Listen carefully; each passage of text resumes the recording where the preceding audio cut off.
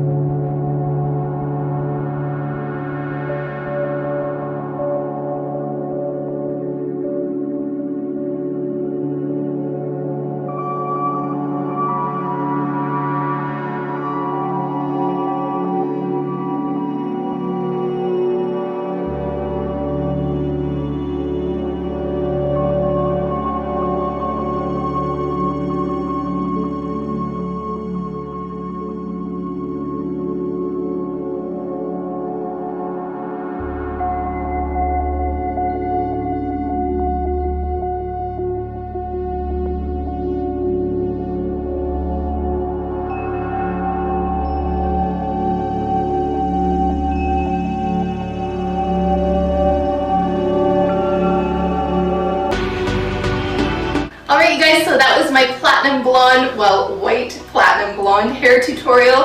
And as you can see, the key is toner. You need to use toner if you are going to use drugstore brand hair dye. You must, please, for the love of baby Jesus, please get toner because it makes all the difference. So I hope you guys enjoyed this video, and I just want you to know if you have any questions, please ask them down below.